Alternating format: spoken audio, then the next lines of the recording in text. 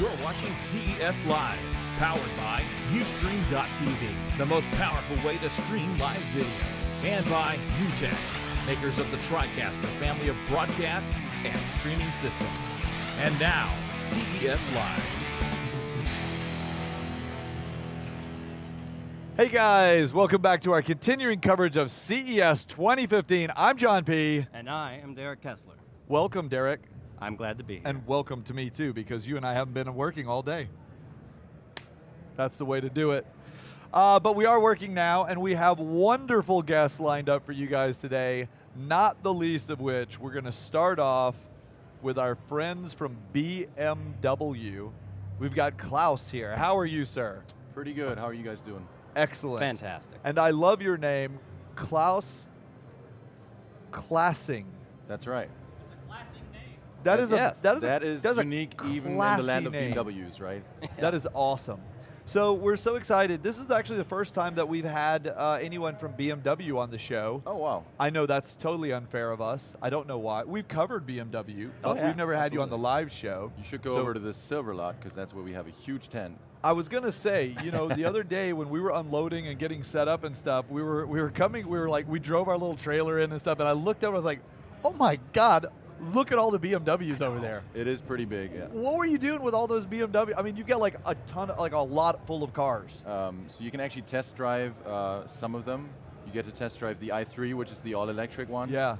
Which is a lot of fun, especially at the traffic light. You're next to that performance car, and you're just taking off. Yeah, I got to drive that one last year at CES. Did you? It was a whole hell of a lot. It's of all fun. torque, right? Yeah. I mean, Oh, it's like electric. It's all torque, and the cool thing this year is if you sign up for a test drive, you get to drive it, but when it's your turn to pick the car up, it'll actually come by itself without No, a it driver. does not. No, it does not. It autonomously pulls up to the curb, and then you can get in, and you actually call it from your smartwatch. You can say, BMW, pick me up, and it'll drive up. That's insane. So that's what we're showing at the Silver Lot, Now, wait. among other things. Okay, wait a minute now. You're showing that at the Silver Lot, but it's in an area that's been like somehow programmed for that or something. Like, you can't buy one of those cars and do that. Like, you can't go to the mall and your car pick you up at the mall. So that's not a product yet. It's a showcase. Okay. But actually, we've taken care that we're doing this with Series i3, where we've just modified a bit of the software. We haven't put any additional sensors on top. And that's why we let you test drive it afterwards, because the car actually does that with what it has on board in terms of sensors today. So you're saying, in theory, any of the cars on the road could be slightly tweaked out, and they could basically do that in the right, like, You can in the actually, right environment. Yeah, you can do actually a lot of optimization on the software side, and then depending on what kind of functions you want to show, obviously there'll be more sensors on the cars. So we actually did something really cool at the beginning of CES. At the top parking lot in the SLS hotel, we actually invited people to drive a BMW, and we told them, crash it. Try and crash it. And it wouldn't crash? And we had something that we call 360-degree collision avoidance, which is called active assist. And so they were trying to slam on the gas pedal or hit it into a wall, and the car will always safely stop right before the wall. That's impressive. So Could you do that? You said it was on the top of the top of the parking garage. Yeah. So like full tilt towards the wall, which if you went through that wall, you're dead. Absolutely. And would you people do were, that? If I was on camera, yes, I would. Because that's like a million people views were- on Yes. YouTube. Yeah. People were careful at first, and we told them to be more aggressive, and there was no way you could get that car to crash. So The first time, the only experience I've had with a quote self kind of anything car, self-driving car, whatever, it was at IFA, and I was in a Ford, like Focus or something, okay, and it was demonstrating the self-parking. You know how these cars can self-parallel park now, and so I don't know why, because we were going like 1 mile an hour, but you know, I was so nervous. It's hard to break the habits, right? I mean, I've been driving for decades, and to think you should never let go of a steering wheel. An absolutely eerie experience, right? You're sitting on the passenger seat, for example. Now, you talked about self-parking. Something that we actually demoed also at the parking structure at the SLS was complete autonomous valet parking. So you tell the car, you drop it off at the drop-off zone, and you tell it to go park itself. So what it does, and we showed this, it sort of autonomously finds its way in a multi-storied parking structure, parks itself. When you want to have it later on, you call you on your smartwatch, pick me up, and it'll find its way back and pick you up. And we actually had people sitting on the passenger seat while we did that demo. Oh. So they were in the car. They're and like the car is freaking going out, through right? the parking Nervous. lot. and it does everything by itself, right? Would that make So- you nervous? There's part of me that doesn't want to give up that control, but there's also part of me that'd be like, you know what? I'm okay with not having the stress of finding a parking spot. Yeah. I will tell you that I want that. I don't, and I'm a driver, by the way. Yeah. I'm an enthusiast. Like I own exotic cars and I track, race and motorcycles, the whole 9 Right, yards. right. And despite all of that, to be honest, I would like to leave the driving to a computer. I The would computer's like a better driver than any of us could ever be. and also, like when I want to go have fun with a car, I want to drive it like a maniac, but I can't do that on the street No. anyway. So that's not fun. So No. why not let the cars drive you and park you and stuff like that? Right. So actually, our take on a lot of people call it autonomous driving. We actually call it highly automated driving. Is that when you want to have fun? I mean, BMW is all about sheer driving pleasure, right? Right. Yep. So when you want to have fun, go ahead, slam that gas pedal down. Have your fun. Yep. But there's a lot of times when driving is actually really tedious. Yes. So, long drive on the highway and things. And this is where the car should be able, to take over some of that work and actually have you be able to relax, right? Yeah, that's Yeah. true. On the way here, it's we drive from Dallas to Las Vegas, which is basically Nothing. it's There's 1,000 nothing. miles of straight highway. Boring. Boring straight highway. It would be awesome if the car could just do that for us. You know? Absolutely. Yep. Yeah. So you guys. Oh yeah. Yeah, on the way here we had icy, crappy conditions. It was so stressful for a human. A computer wouldn't care. A computer would have no emotion. Right. And and a computer could see further than me in the dark, and it could anticipate things. Exactly. So Yeah, but- you guys are demoing some of those really super advanced features, and you talked about your smartwatch and just calling up the phone. But you've got all kinds of other smart types of connectivity with the vehicles Yep. now, right? Tell us about that. Absolutely. So actually this year we're showcasing a couple of really cool things, going actually beyond the car. So we're saying mobility actually doesn't start when you're in the car because you've already decided you want to take the car then. Right. But it starts on your couch, right? You're at home, you're planning your day, you're thinking, oh, where do I have to be tomorrow? How do I get there? And so we've actually made a showcase that brings some of that functionality on your smart TV. So that's something we're showing at our booth, where you would have two dashboards. One is the vehicle dashboard. So that's the same functionality that we have in an app today, in a smartphone app that's called BMW iRemote. It lets you see the charging status of your i3, for example. We nicely visualize the range, so where exactly would it get you to on a map, which is really handy on the big screen like Yeah. the smart TV. Yeah. You could also control the functions that you can control in the remote app, like open the doors, actually lock Start the the doors, car, climatize the car, Climatize, bring yeah. up the air conditioning and so on. So you can do all that on a TV set. So we think that's very nice because it's in your living room, right? Sort of a very natural context. The second thing we're showing is what we call the mobility dashboard, and actually that goes a lot further. So if you live in a big metropolitan area, chances are, we all love driving the BMW, but if you're stuck in traffic and you have to look for parking, chances are you might want to consider using also other modes of transport, right? So we've built a system that will consider all mobility options available to you in a big metropolis. And so we'll consider the car with traffic conditions, we'll consider public transport, so I'm sure a lot of you guys came with a monorail, for example, Yep. to the convention center. Yep. So we would consider that.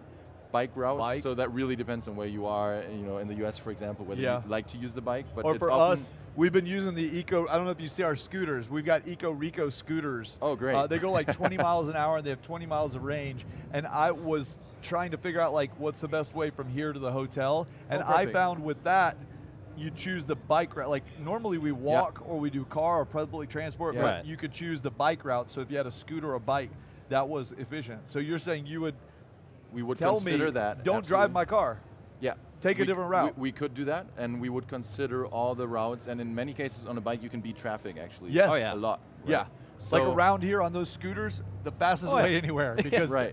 gridlock, the lines for the monorail, Oh, etc. absolutely. Yeah. So we consider all these options, and then we do something which is actually really cool. We take your personal calendar, and we say, well, tell us where and when you need to be at certain places. So in our showcase, we're showing a guy who's going to CES. So he's going to a couple of talks in the morning, he has a lunch appointment, and in each of these appointments in his calendar, you actually have locations, and we resolve those to points on the map, and we figure out what does he need to do to get from A to B.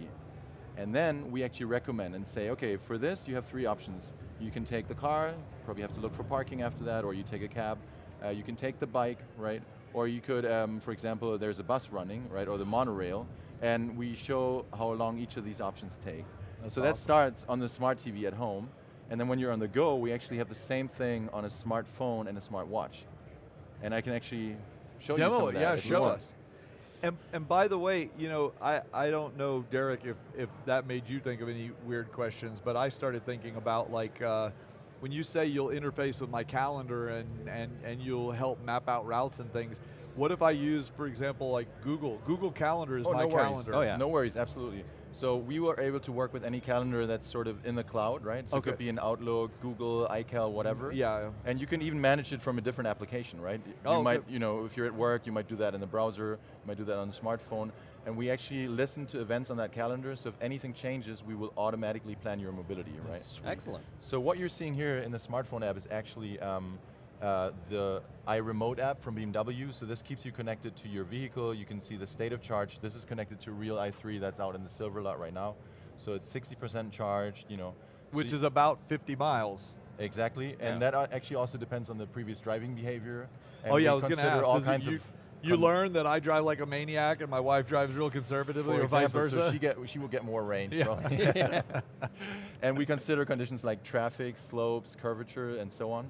So down here you have the usual functions like climatize the car and so on. And for CS, we've actually pimped this app. We've added Oh. one extra button, right? Ooh. Which is this one. And this takes you to what we call the mobility agenda.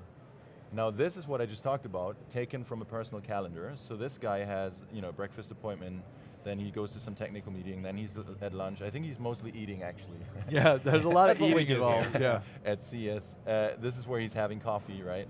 And so for each of these now I can look, I see I have 3 of 3 mobility options, for example, to get from this meeting to lunch. And I can look at these options on a map actually, right? So I would see, okay, this is how I can get there, but there are more options, right? I could take the bike, maybe not too common in Las Vegas. I don't know if this would be dangerous. Or the scooter. Or the scooter, right? I could take the bus, or in this case, the car route is selected, right? And so you can zoom in, you can see more detail. We actually also have included indoor maps, and we're partnering with here, formerly Navtech, right? Uh-huh. Mhm. Nokia here, to do a bunch of this stuff. So you can see indoor maps here in the casinos. So we're really trying to get you from where you are at right now, first mile to that last mile to your very destination. Are you running that? Are we looking at that live? That's not some pre-recorded thing, right? No, That's this is real- actually tied into What the live network carrier calendar. are you using just at the moment? Out of So curiosity. currently I have Wi-Fi connectivity at the booth. Okay, cool. Right? Okay. So, and actually this is coupled with my smartwatch. So on the watch phase, I'm actually also connected to the car, right? So maybe to mention that the connection to the car is through the BMW backend, right? Right. So the car has connectivity always. All the BMWs have connectivity actually. And so this is able then to connect and say, oh, same thing, right? 60% charged, that's my range, right? The reason I asked is because this has nothing to do with the functionality of that app, but that is moving really fast. Yeah. Now, I own a Ford plug-in hybrid that has an app that you can connect to, and I love you, Ford, but when I pull up my app, I wait Okay. a long time for it to interface with their stuff. So I'm Okay. surprised by how fast and fluid you're getting that information. I've never Right. seen a car connection that fast. Oh, okay. No, so all of our Through the cars app. have at least GSM connectivity to talk to the back end. I mean, to be fair, it really depends on the condition that you're under, right? So if you have a slow cell phone connection, Yeah, and you're sure, but I sending mean, remote even- functions to the car, but we're talking, you know, at most, I mean, some 10, 20 seconds until something would happen on the car, okay. and usually it's much faster than that, right? Okay. So now the cool thing is, And that's a good looking interface too. I like Yeah. the interface Thank for you. that stuff. Yeah. Thank you. So this is basically an extension of the app that exists today on the market, which is the iRemote app, right? So it has the cool BMW i sort of look and feel. And now when I actually take one of these appointments, let's say this one, and I say, well, start guidance, right? Navigate me.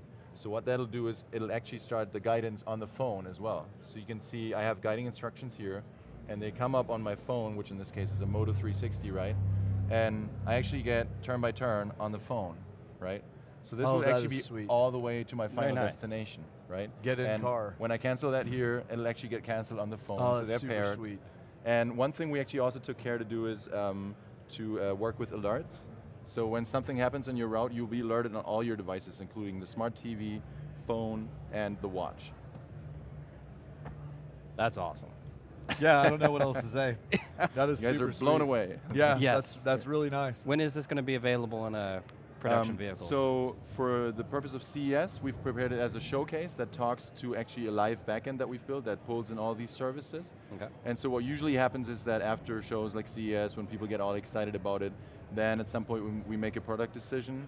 And so there's no announced timeline for this. Gotcha. To give you an example, last year we actually showed off part of this remote functionality on the Galaxy Gear, and that actually won the CES Innovation Award last year in apps and mobile. Yep. And that became a product last year in September. So that's available on Android Wear now and on Tizen. So we can be really quick. I mean, we're the engineers, we get to build the cool stuff. But then there's obviously all kinds of considerations, like the actual form and shape in which we launch it, Yeah, the of course. markets, Right. and so on. Well, I think it's awesome looking, Derek. It's incredible. All right. Thank you so much for coming and sharing all the cool BMW stuff with us. You Thanks for having guys, me. thank you so much for watching. Stay tuned. We've got a lot more coverage coming out of CES 2015. I'm John. I'm Derek. Be right back.